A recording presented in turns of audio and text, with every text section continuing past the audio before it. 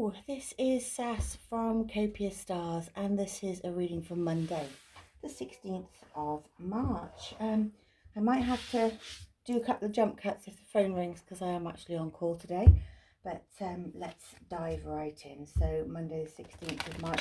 If you're watching this and it's not Monday the 16th of March, it's still meant for you. It's just that it wasn't for the day. It is a general reading, however, so do take what resonates and leave the rest. Oh, one's desperately trying to get out. Mortar and pestle, which is integration, subtlety and thoroughness. Ooh. Oh, here we go. Sorry about that. Right, so we had mortar and pestle, which was integration, subtlety and thoroughness. Then two jumped out just as the phone rang, and it was trunk, which is stability, loyalty and reliability, and basil, which is prosperity, luck and love. I quite like this. Integration, luck, love, reliability. Is this a love reading maybe? Spring, which is rebuilding, awakening and rebirth. Two more cards for our wonderful watchers and listeners. This one didn't want to go back in. This was leaves, which is renewal, revival and progress. And then we've got the oak tree, which is power, courage and strength. One of my favourites. I really like the oak tree. Okay.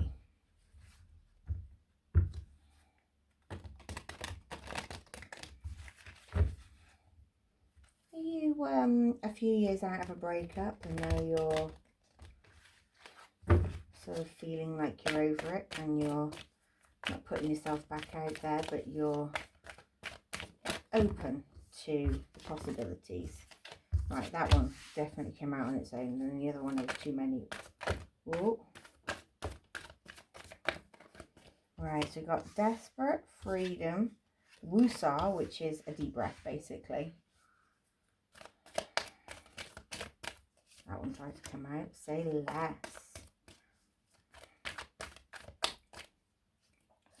Needy. That's too many. They'll come back out if they need to. Celebration and a wave of emotions. Any more?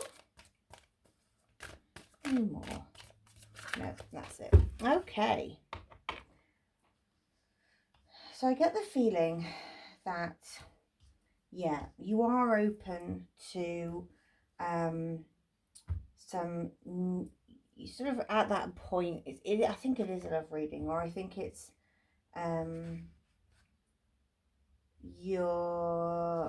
no, I think it is a love reading. I really get the impression it's a love reading. I've gone for lucky numbers before I've gone for the moon card. So obviously we think we need some numbers given to us. Basically, I think there is a, you're putting yourself back out there, or at least you are open to invitations from suitors if the mood takes you or if the circumstance happens.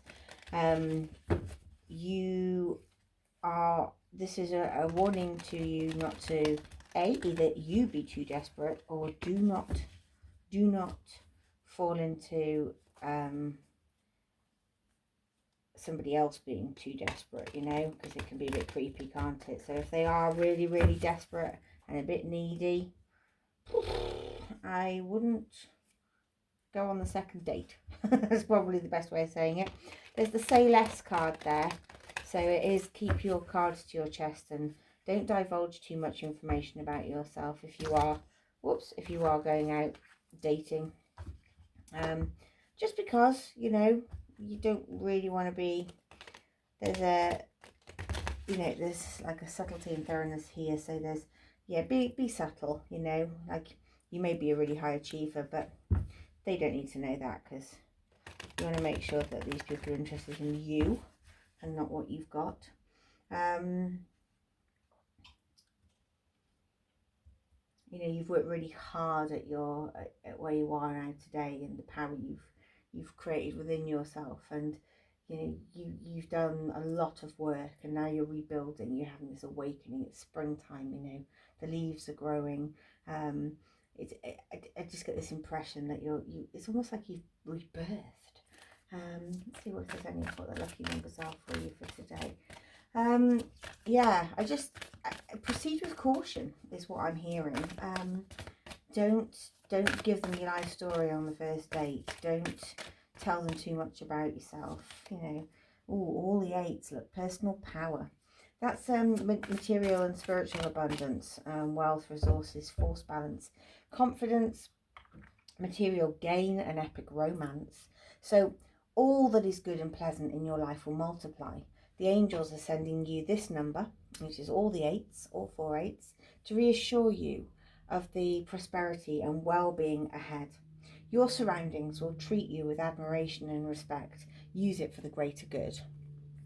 So yeah, there is positivity. Well, this one didn't want to go back in the deck, so let's go with that. Be bold and make the first move. There we go. I don't know whether that's for luck, love, or work or what, but make the first move. Yeah, there is a freedom and a celebration here. There is this kind of like empowerment, and you will be a wave of emotions, because you are going to find all those little old habits that, the little things that you learned to do to appease and fix and all that in your old relationships. They're all going to come flooding back, and there's going to be triggers, so do be aware of that, and don't react. Just think, listen to yourself. That one wanted to come out, and just let them ride, and have a good old thing. We've got the star flower here, which is borage, of course. 92. I say of course. I'm a gardener, so I know these things. Not everybody does. So some call this plant by her more common name, borage, but she prefers starflower. And wouldn't you? Her blue star-shaped petals shine amongst the garden's more usual yellows and pinks, shimmering yet understated. Like an old-time movie starlet, starflower shares the timeless philosophy of these legends of the silver screen. Grace isn't something you keep for yourself, she tells us. Grace, starflower knows, is a gift that you give over and over again to the world around you. If you're thoughtful, caring, and true, grace develops a patina over time, becoming wisdom, cradling those lucky enough to be in your presence. How can you let a little more grace into your life? This could be a reading for an Aquarius, being that it's the star. We don't know, do we? I mean, any Aquariuses here listening? Do leave me a comment. Put some water in the emojis. So there's you are highly thought of. There is a rainbow here with the most difficult part of a situation is over. There is a crown. Honour and respect will come to you.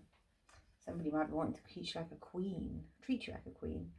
And peace and harmony with wind chimes. So maybe you're about to find your soulmate.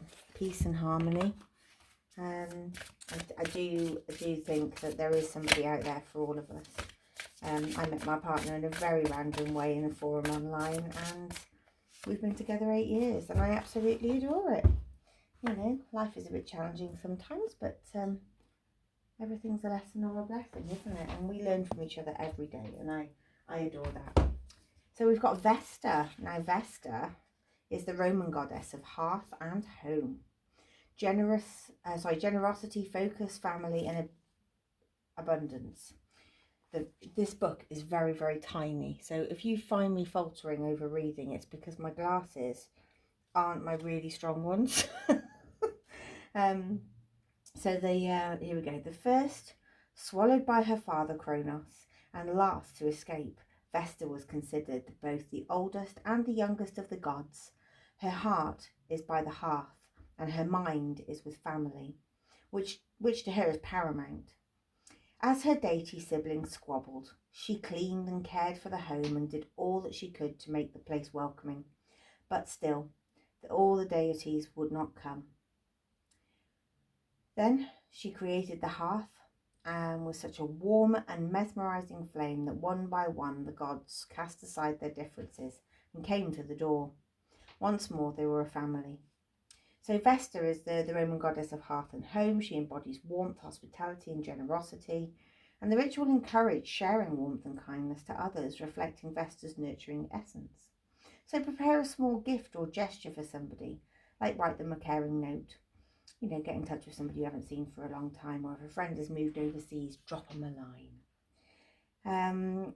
Give it to them with the intention of spreading warmth and joy.